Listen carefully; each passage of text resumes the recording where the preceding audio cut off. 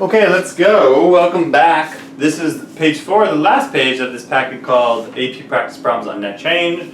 Once again, we are doing some reading comprehension, applications of integration with some problems taken from real life or science, where we have technology to make our calculations easy, so we just have to understand how to reason and justify our results. And once again, we're given a kind of a data problem. This is not a repeat, however, because there's some new things that happen here, but still I think this is pretty easy-ish, so let's try to do this in 15 minutes, which is how long it takes, how long you're given for this.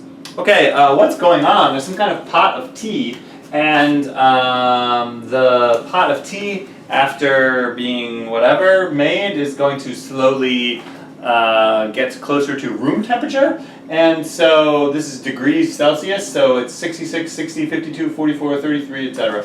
And so the temperature is certainly decreasing, and we're just measuring the temperature. We have once again, we do not have an explicit function h for the temperature of the t at a given time.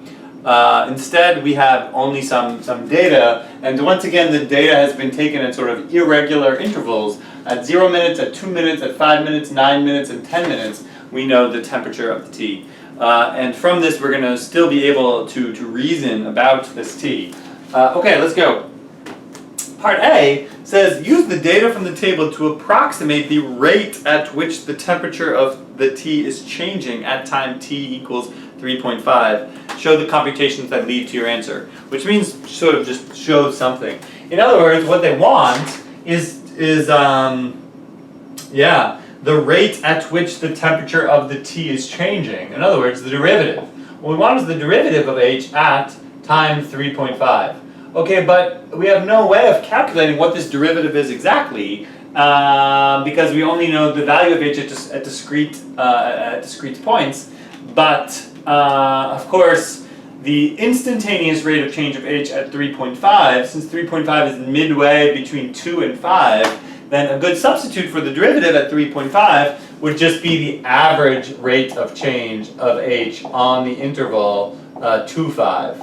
In other words, if I have, well, I don't feel like drawing it, but if I have the value at time 2 and the value at time 5, then h of 5 minus h of 2 is the change in h on the interval 2, 5 over 5 minus 2 is going to be basically the slope of the secant line on the interval 2, 5. And that's going to be, you know, not so different from the derivative at 3.5. Okay, so you might say if this function were in fact linear, then that's really what we're doing here is we're sort of taking as a blind guess that this function's kind of linear on this interval, and this is the slope of that line, and so at that moment 3.5, it's probably changing not too different from this. Okay, I have a calculator for this, but I guess these numbers are just small, right? This is 52 minus 60 over 3, so that's negative 8/3 degrees Celsius. Oh, sorry, per minute. I think they do want units, right? Yeah. They always want units, even if they don't say. So yeah, the numerator is degrees Celsius, the denominator is minutes. So the answer is h prime of 3.5 is negative 8/3 degrees Celsius per minute. Okay, part B I think is very interesting. Maybe I'm going to do it over here. Part B says, okay, just gives you out of the blue some kind of integral. The integral, a 1/10 times the integral from 0 to 10 of h of t dt. Okay, and it basically just says, yo, what is this? Using correct units, explain the meaning of this integral in the context of this problem. Okay, well, if you have never done, okay, if you don't know much about anything about integrals at all, except that the integral is the area under the curve, you might be very perplexed by this, because, in fact, what does it mean to take the integral of a temperature function? This was, in fact, the very example I used when I introduced this topic, and maybe this is now a good time to make a picture of h. I'm going to do that. This is, I mentioned in the other video, you don't have to do this, but it's just a really good idea. So here we have 0, 2, 5, 9, and 10. And the temperatures are up here at 66. I have a value 60, 52 at time 5, and then 44 and 43. Okay, boom, and boom. Okay, and so this is my h function. This is sort of time over here, and this is temperature over here. And if you start to sort of think about what the integral of temperature versus time means, you might be very confused. What does it mean? I have no idea. I'm adding up a bunch of things which are the products of temperatures and times spent at that temperature or something like that. That doesn't have any obvious intuitive meaning. Okay, but because you guys are all experienced, maybe you do sort of see what this means. In fact, we're sort of taking, well, this is just the average value, right? So the answer is that 1/10 times the integral from 0 to 10 of h is the average temperature on the interval 0, 10. What is it that you're really summing up?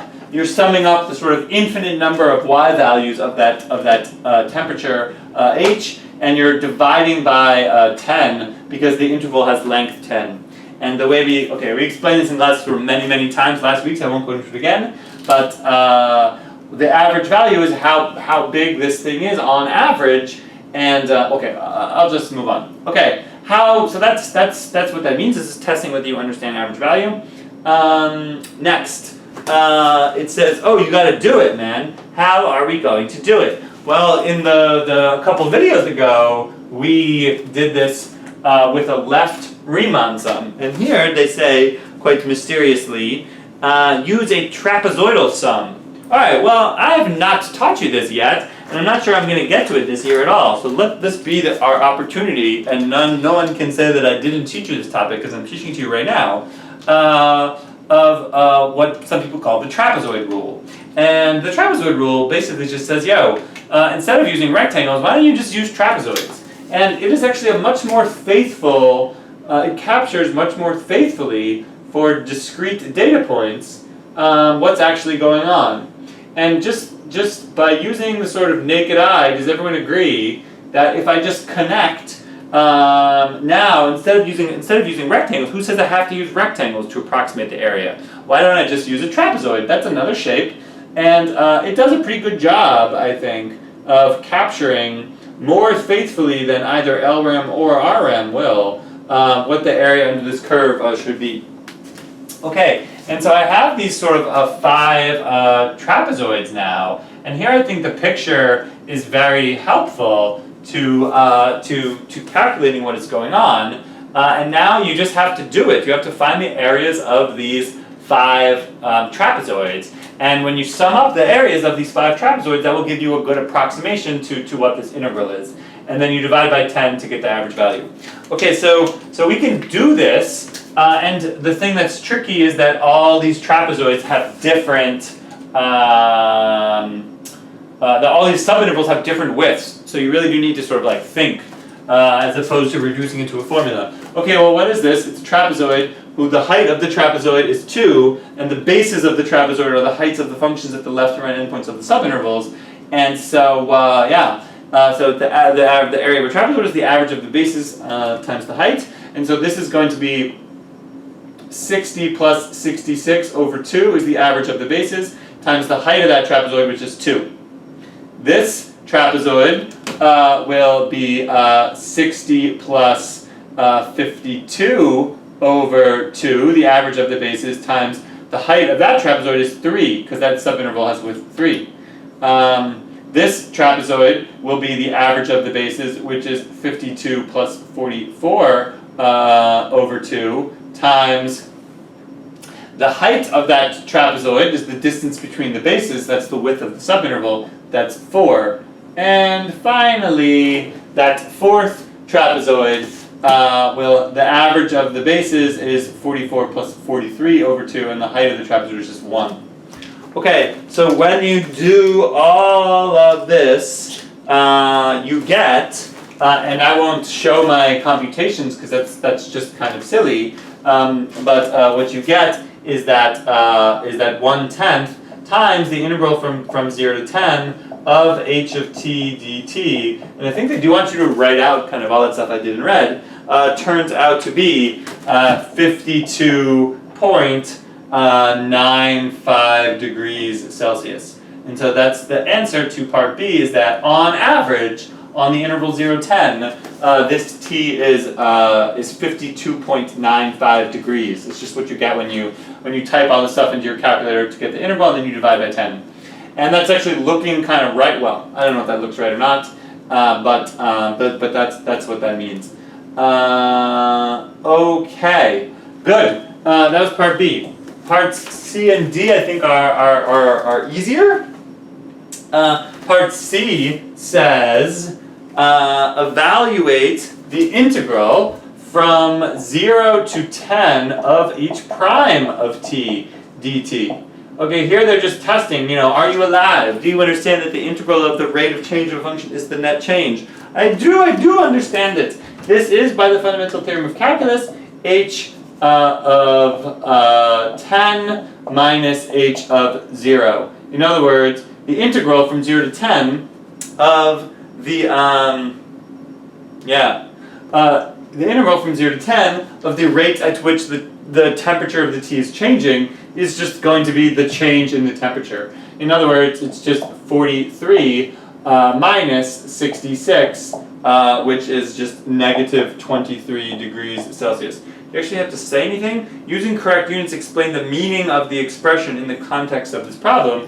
So negative 23.0, so basically, negative 23 degrees Celsius is the change in the temperature of the tea on the time interval 0 to 10. I think you can just say that. Or over those 10 minutes. Okay, finally we get to part D. Part D says, okay, now some freaking biscuits are involved. At time t equals 0, biscuits with temperature 100 degrees, this is a whole other problem, were removed from an oven. The temperature of the biscuits at time t is modeled by a differentiable function b, for which it is known that b of t. Okay, so this is just ridiculous. This is just silly. We got some biscuits. At time t equals 0, the biscuits are 100 degrees Celsius, and for some freaking reason I know that the derivative of b, in other words the rate of change of the temperature of the biscuits, is this disgusting function, negative 13.84 e to the negative, 0.173 t. And the question is, what is the question? Using the given models at time t equals 10, how much cooler are the biscuits than the tea? Okay, well, look, I want to know what the temperature of the biscuits are at time 10. Well, what is the what's the temperature of these freaking biscuits at, I don't know why this is pissing me off so much, at time 10? The answer is it's whatever the temperature of the biscuits are at time 0, which is 100, plus the change in the temperature of the biscuits over the time interval 0 to 10. Well, I've been handed this function which gives me the instantaneous rate of change of the temperature, and so if I integrate from 0 to 10 this b prime function, then the integral from 0 to 10 of the rate at which the temperature is changing is the change in the temperature. And the change in the temperature added to what the original temperature was is going to give the new temperature. And when you do all this, you get 34.183 degrees Celsius as being the temperature of the biscuits at time 10. And now, for whatever reason, they want you to actually answer, how much cooler are the biscuits than the tea? Well, the tea is 43 degrees. And so, the answer is that at time T equals 10, the biscuits are 8.817 degrees Celsius cooler than the tea. And that's what you have to say for that problem. Okay, finally, I will just show a couple of these things on GeoGebra. I'm not sure I need to. That really was 15 minutes. Whew. And I hope you are getting a sensation. I know this AP exam feels like a million years away, and it will be. It's 11 months away. But you are getting some practice on this, and I really do think that after you do like 4 of these, they suddenly just become really easy. And now we have done 4. So what was I doing again? I guess the only really time I used my calculator to do all those trapezoid areas, but really I only needed like a scientific calculator for that. The only thing that I really cared about was this freaking biscuit derivative thing, and again I'll call this function b2. I'll let b2 be the derivative of the biscuit's temperature function, which I don't know why they had to make it so annoying. Negative 13.84 e to the negative 0.173t. Boom. Okay, so this function is just negative, which means these biscuits are cooling, man. And the only thing I had to do was I had to say, okay, initially the biscuits are 100, and I want to add to that the integral. So int, and the answer is this b2 function. So 2 over to the right, finally not messing this up, 0 to 10. Enter. And that's how we know that the biscuits were were 34. Notice how another awesome thing about GeoGebra I didn't even mention yet is if you just type some expression, like here I just asked for what is the 100 plus, I didn't do this so A equals. It automatically just names every single one of my computations with a letter. And so now if I realize, oh crap, what I really need to do is answer how much different are the biscuits than the t, and I realize, oh, the t is 43, so what I really need is 43 minus, the previous. I can just type A, so that's just so convenient. And that's why I report my final answer as 8.817, rounding to 3 decimal places, is the difference in the temperature between the tea and the biscuits. Okay, good. Bye.